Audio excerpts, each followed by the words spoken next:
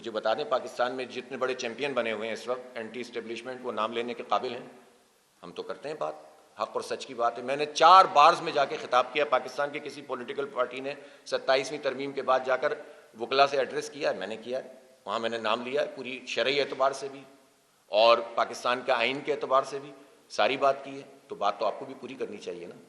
تو ہمیں معلوم ہے کہ پاکستان کے، لیکن یہ جو پولیٹیشنز ہیں جو اس وقت ناراض ہوتے ہیں اسٹیبلشمنٹ سے کہ جب اسٹیبلشمنٹ ان پہ سے ہاتھ ہٹا کے دوسرے پہ رکھ دیتی ہے، ان کو بھی تو ایکسپوز کرنا پڑے گا نا۔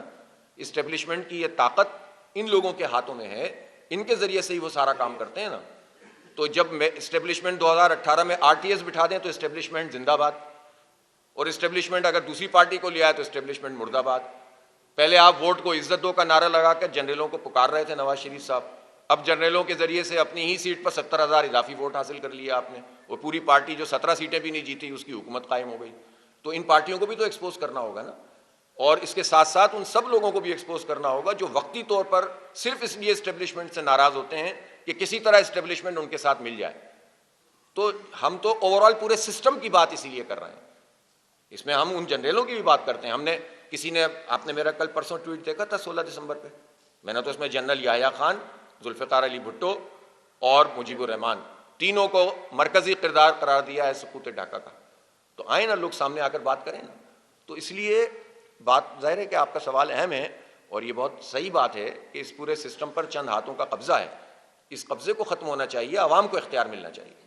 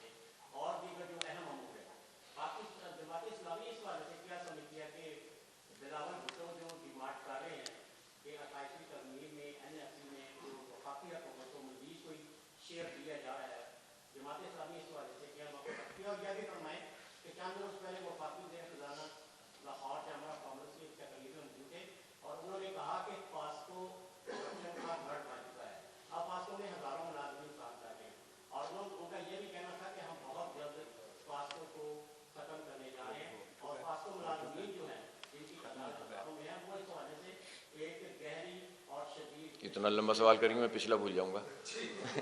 آپ نے NFC ایوارڈ کی بات کی کہ جس پر بلاول صاحب کو اعتراض ہے کہ وہ وفاق کی مدد کرنا، اور یہ دیکھیں یہ سب ایک ہی ہیں، گھی کہاں گیا کھچڑی میں اور کھچڑی کہاں گئی گھی میں، صحیح ہے نا؟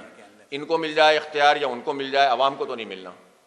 بلاول صاحب یہ تو بتائیں نا، چلیں میں صرف ایک بات بتاتا ہوں، 3,360 ارب روپے جو ڈیولپمنٹ کے کراچی کے اوپر خرچ ہونے تھے وہ کیوں نہیں ہوئے پچھلے 15 سال میں؟ ان کی 17 سال سے حکومت ہے، میں فگر دے رہا ہوں، چیلنج کر رہا ہوں، بتا دیں بلاول صاحب۔ اسی طرح سے وہ بلدیاتی اداروں کو بااختیار کیوں نہیں بناتے؟ وہ ساری اتھارٹیز اپنے پاس رکھتے ہیں، وفاق سے پیسے مانگتے ہیں اور خود نیچے دیتے نہیں ہیں، یہی کام نون لیگ کرتی ہے۔ تو یہ سب ملے ہوئے اور یہ سب مل کر، مجھے تو افسوس اس بات کا ہے کہ KP میں بھی تقریباً اب کتنے سال ہو گئے، 12 سال ہو گئے ہیں PTI کی حکومت ہے، لیکن وہاں پر بھی سوائے ان 5 سالوں کے جب عنایت صاحب ہمارے وزیر بلدیات تھے 2013 سے 2018 تک، اس میں ایک بلدیاتی ایک نظام بنا تھا اور کچھ چیزیں بہتر ہونا شروع ہوئی تھیں۔ پھر اس کے بعد انہوں نے وہ سارے اختیارات بھی چھین لیے۔ اس وقت تو KP میں بھی یہ ہو رہا ہے کہ سارے اختیارات بیوروکریسی کے ہاتھ میں ہیں، اور چاہے PTI کا ہو، جماعت اسلامی کا ہو، نون کا ہو، جس کا بھی وہاں پر جو بلدیاتی نمائندہ ہے اس کے ہاتھ میں کوئی اختیار ہی نہیں ہے۔ گویا اپنی ہی پارٹی کے لوگوں کو وہ بھی اختیار دینے کے لیے تیار نہیں ہے، PP بھی دینے کے لیے تیار نہیں ہے، نون بھی دینے کے لیے تیار نہیں ہے۔ ابھی کوئٹہ کا ایک انتخاب پچھلے 3-4 سال سے جو انتخاب کا پروسیس چل رہا ہے، اب کوئٹہ میں جا کے رکا ہے۔ اس میں جو انتخاب ہو رہا ہے اس میں وارڈ کی سطح پہ تو انتخاب ہو رہا ہے، پھر یہ وارڈ والے چنیں گے جناب اپنے چیئرمین وائس چیئرمین، وہاں بھی انڈائریکٹ کرنے تاکہ پھر ہارس ٹریڈنگ کریں۔ تو یہ جو پورا چکر ہے انہوں نے، اسلام آباد میں آپ مجھے بتائیے 4 مرتبہ ایکٹ تبدیل ہو گیا کیونکہ وہ وفاق کا ادارہ، اور جس دن الیکشن کمیشن نے جاری کیا ہے کہ بھئی یہ شیڈول ہے الیکشن کا، اسی دن جناب وہ وزراء نے پریس کانفرنس کر دی ہے کہ جناب ہم ایک نیا نظام لے کر آ رہے ہیں۔ اس کا مطلب یہ ہوا کہ یہ نہ الیکشن کرانا چاہتے ہیں اور کرا دیں تو لولے لنگڑے کرانا چاہتے ہیں. تو یہ سب ایک ملے ہوئے ہیں اور یہ پیسے ویسے سب مل بانٹ کے حساب کتاب کر لیتے ہیں. ہمیں پریشان ہونے کی ضرورت نہیں ہے. یہ ترمیمات سب چیلنج ہوں گی. ایک وقت آئے گا کہ یہ جو 26ویں 27ویں 28ویں جو بھی ترمیم ہے یہ سب تبدیل ہوں گی انشاءاللہ. اس لیے کہ یہ تو لوگ نہیں ہیں اس طرح کے کہ جو ان کی تو اپنی سیٹیں جو ہیں مشکوک سیٹیں ہیں ساری کی ساری فارم 47 والی ہیں. دوسری آپ نے جو پاسکو والی بات کی ہے, دیکھیں پاکستان کے اداروں کی اس طرح جو یہ اس کو بند کرنا اور لوٹ سیل لگانا یہ کسی صورت میں بھی درست بات نہیں ہے. ابھی آپ PIA کے حوالے سے دیکھیں, پہلے بیڈنگ کی, اب دوبارہ اس پروسیس میں جا رہے ہیں, ابھی بھی ان کو مطلوبہ چیزیں نہیں مل رہی. تو بجائے اس کے کہ اپنی گورننس ٹھیک کریں, بجائے اس کے کہ یہ جو غلط آدمی ہے اس پر کارروائی کرنے میں کون روکتا ہے؟ یہ کس نے غلط لوگ بھرتی کیے ہیں؟ اگر کیے ہیں تو یہی PDM کے لوگ ہیں نا, یہی پیپلز پارٹی, یہی نون لیگ, یہی لوگ ہیں نا کہ جو سرکاری اداروں میں اپنے بندے بھرتی کرتے ہیں جو کام نہیں کرتے. تو بھائی جو کام نہیں کرتا اس کا ایک طریقہ کار طے کرو نا, بجائے اس کے کہ اداروں کی لوٹ سیل لگا دو. تو جو ادارے منافع بخش ہو سکتے ہیں یا ماضی میں رہے ہیں ان کو اس طرح اونے پونے بیچنا اور اپنے ہی پرفارمنس کے اوپر سوال اٹھانا. اگر پاسکو کام نہیں کر رہا یا FBR کے 26,000 ملازمین کام نہیں کر رہے اور آپ کے اہداف پورے نہیں ہو رہے اور اس مرتبہ بھی ٹیکس کی کلیکشن میں ڈیفیشنسی ہے, تو بھائی آپ کیا چاہتے ہیں؟ یہ کس کی ناکامی ہے؟ یہ FBR کی ناکامی نہیں ہے, یہ شہباز شریف صاحب کی ناکامی ہے, یہ احسن اقبال کی ناکامی ہے, یہ زرداری صاحب کی ناکامی ہے, یہ ان ساری جماعتوں کی, اورنگزیب صاحب کی ناکامی نا. اپنی ناکامی کو آپ دوسرے کسی ادارے پہ کیوں ڈالتے ہیں؟ آپ ہیں انچارج. اس لیے اپنی ذمہ داری لینے کے بجائے اداروں پہ ڈالو, ملازمین کو اب اس میں گیہوں کے ساتھ گن بھی پیس دو, تو یہ تو طریقہ ٹھیک نہیں ہے.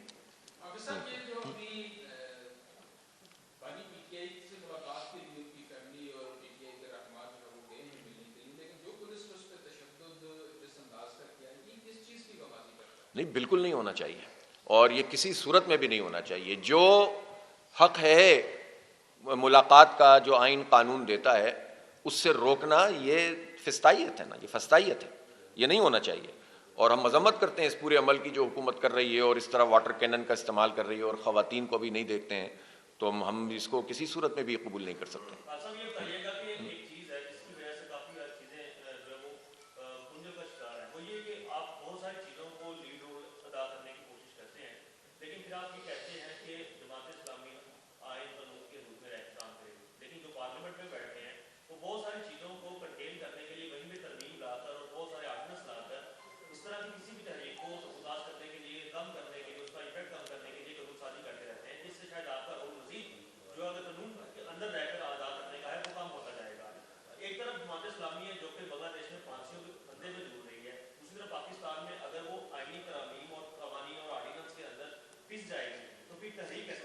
نہیں, دیکھیں تحریک ہی اس کا علاج ہے اور جینون تحریک ہی اس کا علاج ہے. اگر بنگلہ دیش میں اس وقت جماعت اسلامی الحمدللہ ایک بہت بڑی قوت کے طور پر ابھر کر سامنے آئی, تو 17 سال اس نے جبر کو اور اس پوری دہشت گردی کو اور انڈین انفلوئنس کو برداشت کیا ہے. پھانسیاں, صحیح آپ نے فرمایا, اور اب بھی وہ عوام کے سامنے جا رہے ہیں. پہلے بھی وہ عوام کے ساتھ تھے, اب بھی عوام کے ساتھ ہیں, ہم بھی اب بھی عوام کے ساتھ ہیں. دیکھیں یہ کتنے قانون لے کر آئیں گے اور کب تک لے کر آئیں گے؟ کامیاب تو یہ پھر بھی نہیں ہو رہے نا, سنبھل تو ان سے نہیں رہا. لیکن یہ بات سمجھنے کی ہے کہ 78 سال میں جن لوگوں کا بھی یہاں پر تسلط رہا ہے, جن کی حکومتیں رہی ہیں, چاہے وہ سیاسی ہوں, چاہے وہ جرنیل ہوں, ڈکٹیٹرز ہوں, ان کا فیلئر ہے یہ مکمل فیلئر ہے کہ یہ نظام نہیں چلا پا رہے اور یہ نہیں چلا سکیں گے. اس طرح نظام نہیں چلتے ہیں. تو پھر یہ تو نہیں ہو سکتا کہ ہم گھر بیٹھ جائیں. ہم تو تحریک چلائیں گے, ہر اقدام کو چیلنج بھی کریں گے, جو رہی صحیح عدالتیں بہرحال جائیں گے, اس میں عوام کے ساتھ کھڑے ہوں گے, عوامی عدالتیں لگائیں گے. یہی راستہ بالآخر کامیابی کا راستہ ہوتا ہے. غیر قانونی کام کر کے, پرتشدد کام کر کے تو ہمیں دھکیلنے کی کوشش کی جائے گی نا, ہم اس سے بچیں گے. لیکن یہ بات سمجھنی چاہیے کہ جب آپ صحیح جینون طریقے سے جد و جہد کو روکتے ہیں تو پھر جب عوام میں تشدد کا عنصر پیدا ہوتا ہے تو پھر آپ اس کو کون روکے گا؟ جماعت اسلامی جیسی ڈسپلن پارٹی کے راستے اس طرح سے رکیں گے تو پھر کن کے راستے کھلیں گے؟ ہم نے تو ان سے یہ کہا تھا نا جو الیکشن ہوا تھا کہ بھائی جہاں ہم ہار گئے تھے وہاں تو ہم ہار گئے تھے, لیکن جہاں ہم جیت گئے تھے وہاں تو جیتنے دو. کراچی میں ہمارا میئر بن رہا تھا, ہمیں نہیں بننے دیا. وہاں سیٹیں ہم نے جیتی, وہاں ہمیں نہیں آنے دیا. جب آپ جینون پولیٹیکل پارٹیوں کا راستہ روکیں گے تو پھر عوام میں انارکی پیدا ہوگی نا. تو یہ سمجھتے نہیں ہیں ان باتوں کو, لیکن بالآخر ان کو سمجھنا پڑے گا.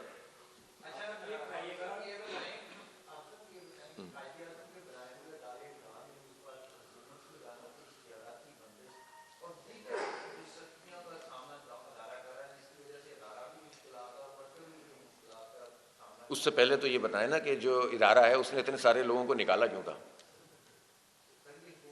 نہیں، حکومت کی جانب سے مشکل آئے تو ورکر پہ آپ لائیں گے، اور جب اشتہار ملتے ہیں تو آپ کی تنخواہیں بڑھاتے ہیں، تو پھر دونوں طرف سے آگ برابر لگی ہوئی.